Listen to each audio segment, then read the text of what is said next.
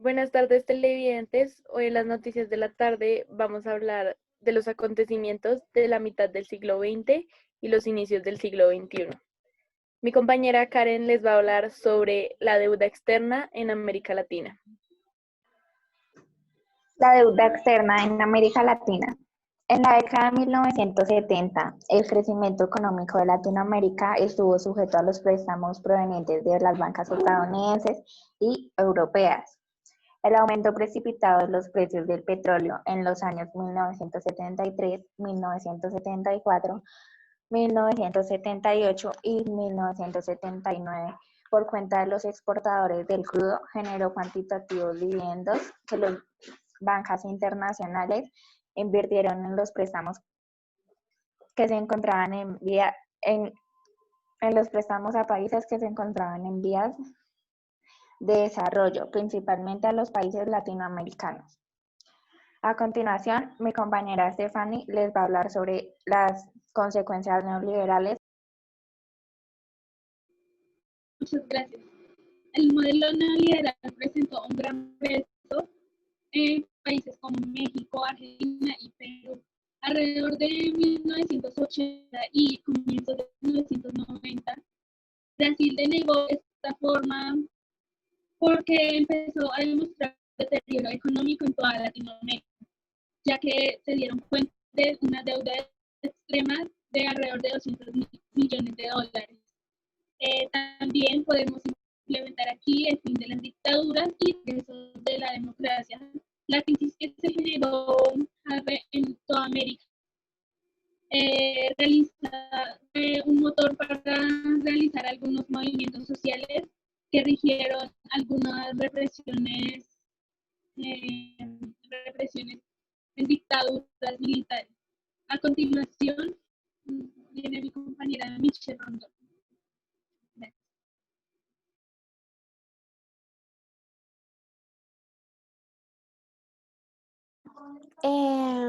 El caso de Fujimori. El caso de Fujimori en Perú. Alberto Fujimori tuvo un ascenso sorpresivo para Perú en 1990. Fujimori logró derrotar en segunda vuelta a Mario Vargas Llosa. Cuando Fujimori llegó al mandato, empezó a demostrar comportamientos de autoridad, tanto así que modificó la constitución y gobernó por 10 años más. Fujimori le puso fin a un conflicto interno al acabar con grupos guerrilleros de izquierda, quienes eran el Sendero Luminoso y el Movimiento Revolucionario Tupac Amaru, MRTA. Fujimori llevó fuertes políticas neoliberales mientras su mandato, que estabilizaron la economía del país, pero tuvo una etapa de inestabilidad política por las reformas que Fujimori hizo.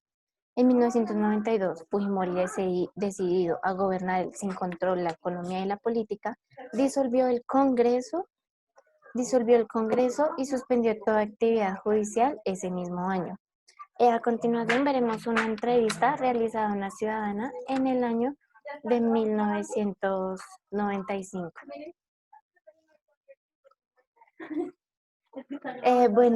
Buenas tardes. Buenas tardes, ¿cómo está? ¿Cómo es su nombre? Buenas tardes, me llamo María Carmen. Bueno, señorita María del Carmen, dígame usted qué opina del ascenso sorpresivo que tuvo Alberto Fujimori. Al principio me pareció bueno, ya que su visión era privilegiar la libertad económica sobre la igualdad. Gracias. Ahora te tengo otra pregunta.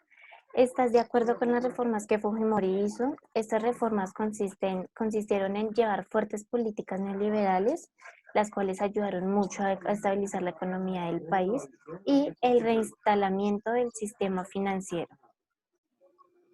No, porque una de estas reformas que Alberto Fujimori hizo puede ser que nos hayan llevado a una gran estabilidad económica, pero perdió el control y caímos en un gran descenso económico aquí en Perú.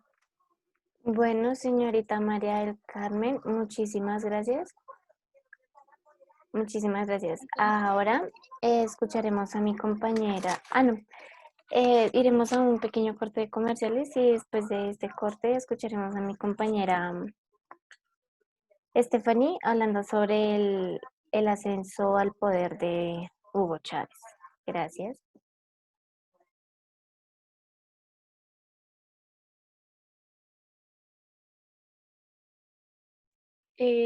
Ya terminó el corte comercial y ahora vamos a escuchar a mi compañera Stephanie que va a hablar de la subida al poder de Hugo Chávez. Muchas gracias. Buenas tardes, televidentes. Eh, el teniente coronel Hugo Rafael Chávez Frías realizó un golpe de Estado contra el actual presidente Carlos Andrés Pérez, por lo cual tuvo una represalia de 6 años de cárcel. Después de esto, salió de la cárcel y fue electo en el año 1998 como presidente de Venezuela. Al entrar en el gobierno, las primeras reformas que el presidente Hugo Chávez hizo fue las reformas a la materia agraria y hidrocarburos y reformó la Constitución Nacional. Este tipo de reformas causó mucha controversia en el país, logrando un paro nacional en el cual se unieron varios sectores políticos, económicos y sociales. Continuó esto, los mismos guardias y militares que estaban con Chávez le pidieron y le exigieron de manera brusca su renuncia al poder y a la casa del gobierno. Tiempo después, en el año 2013, Hugo Chávez muere y le da el mandato a Nicolás Maduro, sin antes una previa elección. Por eso se eligió un presidente interino en el golpe de Estado, pero no le toman tanta importancia. Y a continuación les vamos a mostrar una entrevista que se realizó en 2013 con el base del tema del ascenso de Hugo Chávez.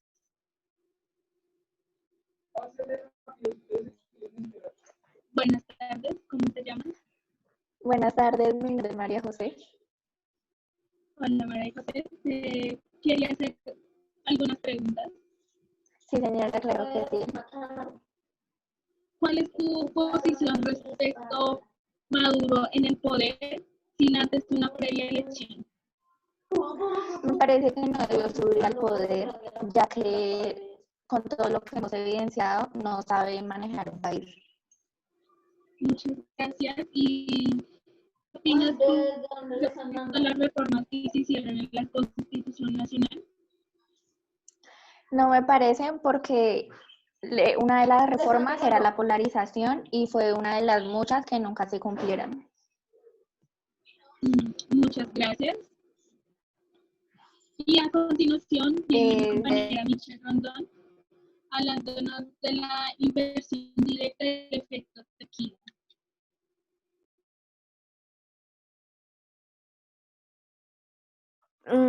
La inversión indirecta y el efecto tequila. A finales de la década de 1980, la aplicación de medidas neoliberales impuestas por el FMI comenzaron a dar su fruto. Entre 1989 y 1994, la inflación se redujo de un 130% a un 14%. La inversión extranjera, al estar centrada principalmente en bonos y acciones, al no ser tan directa, resultó ser pasajera e insuficiente. La falta de reservas internacionales llevó a que México se declarara en quiebra a finales de 1994, lo que ocasionó el efecto tequila. Se trataba de que los inversionistas de países desarrollados abandonaran todos los países de su región. El efecto tequila evidenció que Latinoamérica seguía dependiendo de los mercados internacionales. Sin embargo, la pobreza y la desigualdad tenían unos índices muy elevados. En 1990, según reportes internacionales, el 46% de la población era pobre. Ahora escucharemos a mi compañera Sara con el tema depresión económica en Argentina. A la llegada del siglo XXI, Argentina se encontraba en medio de una de sus crisis económicas más severas, una deuda externa alarmante, un déficit fiscal alto que hasta 1999 superaba los 7.350 millones de pesos argentinos y un sistema económico paritario, impuesto durante el gobierno de Carlos Menem de 1989 a 1999, que igualaba aún el cambio del peso argentino con el dólar. Todo ello condujo a la nación a un profundo recesión en 2001. En el año del 2000, Fernando de Roa asumió el poder con el compromiso de detener la recesión, el aumento de la deuda y el déficit. Sin embargo, un nuevo préstamo del FMI por cerca de 40 millones de dólares fue insuficiente para empezar a salir de la crisis. El 20 de diciembre del 2001, De la Roa renunció y su sucesor interino, Eduardo Dujardin, decretó el fin del sistema paritario y un año más tarde la liberación de los depósitos retenidos hasta por 21.000 millones de pesos. Ahora vamos a ir a un corte comercial y ya volvemos.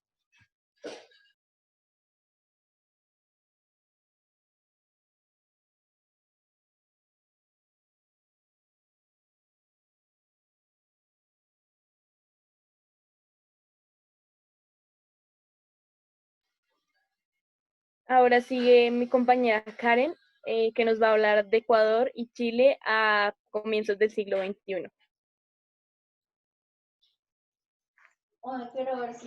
Ecuador. Desde la transición a la democracia, Ecuador ha tenido presidentes de diferentes ideologías políticas. El presidente Rafael Correa se mantuvo en el cargo durante 10 años por 3 periodos presidenciales y fue sustituido por el líder de izquierda, Lenín Moreno. Chile. Los gobiernos chilenos se han venido alternando de izquierda a derecha luego de la llegada al poder en el 2006 de la médica Michelle Bachelet, candidata a una coalición alternativa. En 2010 fue sucedida por el empresario y político tradicional Sebastián Piñera.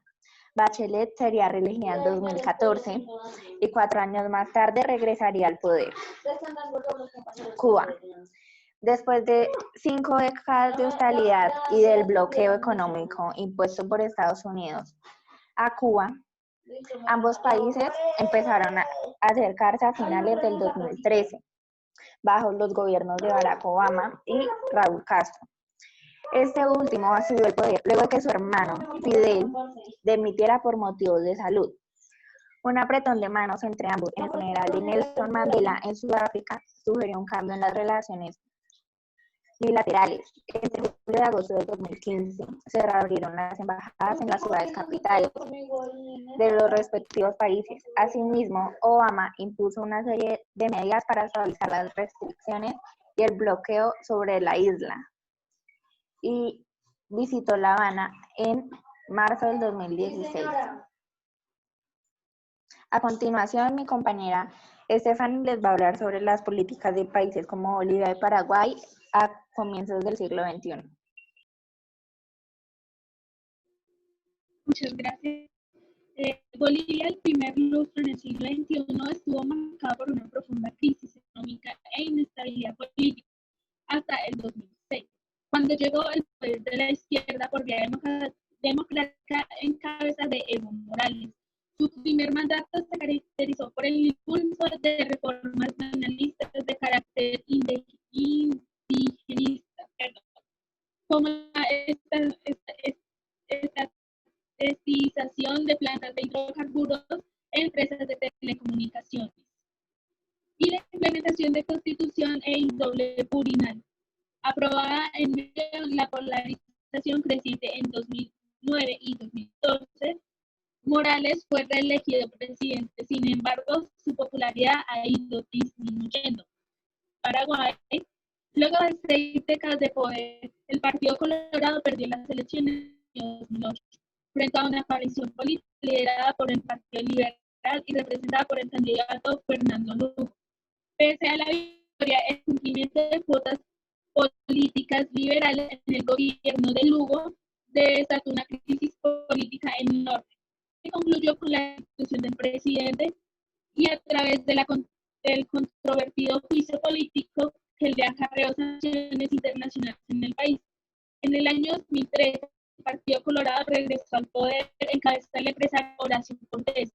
A continuación viene mi compañera Michelle Rondón, nos va a hablar de países como Brasil, México y Honduras. Gracias, Stephanie. En Honduras, el liberal Manuel Zelaya tuvo la presidencia en el año 2006.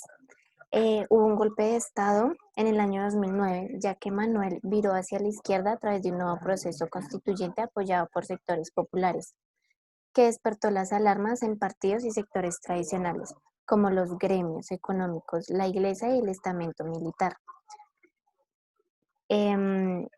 En medio de la crisis institucional, Honduras celebró elecciones presidenciales a finales de 2009, sin observadores de la comunidad internacional, en las que resultó vencedor Porfirio Lobo, candidato del tradicional Partido Nacional.